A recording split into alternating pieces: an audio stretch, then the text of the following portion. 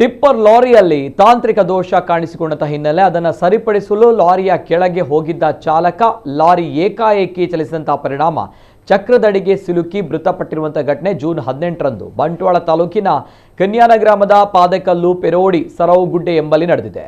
ಮೃತರನ್ನ ಬೆಳ್ತಂಗಡಿ ತಾಲೂಕಿನ ಬಂದಾರು ನಿವಾಸಿ ಮಹೇಶ್ ಎಂದು ಗುರುತಿಸಲಾಗಿದೆ. ಜೂನ್ 18ರಂದು ಬೆಳಿಗ್ಗೆ ಸುಮಾರು 10 ಗಂಟೆಗೆ ಲಾರಿಗಳ ಮೂಲಕ ಹೊರ ರಾಜ್ಯಕ್ಕೆ ಮಣ್ಣು ಸಾಗಾಟ ನಡೀತಾ ಇತ್ತು. ಅಲ್ಲಿನ ತ್ಯಾಜ್ಯ ಮಣ್ಣನ್ನು ತೆರವುಗೊಳಿಸುವ ಕಾರ್ಯಕ್ಕಾಗಿ ಮಹೇಶ್ ಚಲಾಯಿಸ್ತಾ ಇದ್ದ ಟಿಪ್ಪರ್ ಲಾರಿಯನ್ನ ಬಳಸಲಾಗ್ತಾ ಇತ್ತು. ಈ ವೇಳೆ ಲಾರಿಯಲ್ಲಿ ತಾಂತ್ರಿಕ ದೋಷ ಕಾಣಿಸಿಕೊಂಡಿದ್ದರಿಂದ ಮಹೇಶ್ ಲಾರಿಯನ್ನ ನಿಲ್ಲಿಸಿ ಅದರ ಕೆಳಗೆ ಹೋಗಿ ದುರಸ್ತಿ ಕಾರ್ಯದಲ್ಲಿ ನಿರತರಾಗಿದ್ರು. ಇದೇ ವೇಳೆ ಲಾರಿ ಏಕಾಏಕಿ ಹಿಂದಕ್ಕೆ ಚಲಿಸಿದ ಪರಿಣಾಮ ಮಹೇಶ್ ಮುಂದಿನ ಚಕ್ರದಡಿಗೆ ಸಿಲುಕಿ ಸ್ಥಳದಲ್ಲೇ ಮೃತಪಟ್ಟಿದ್ದಾರೆ.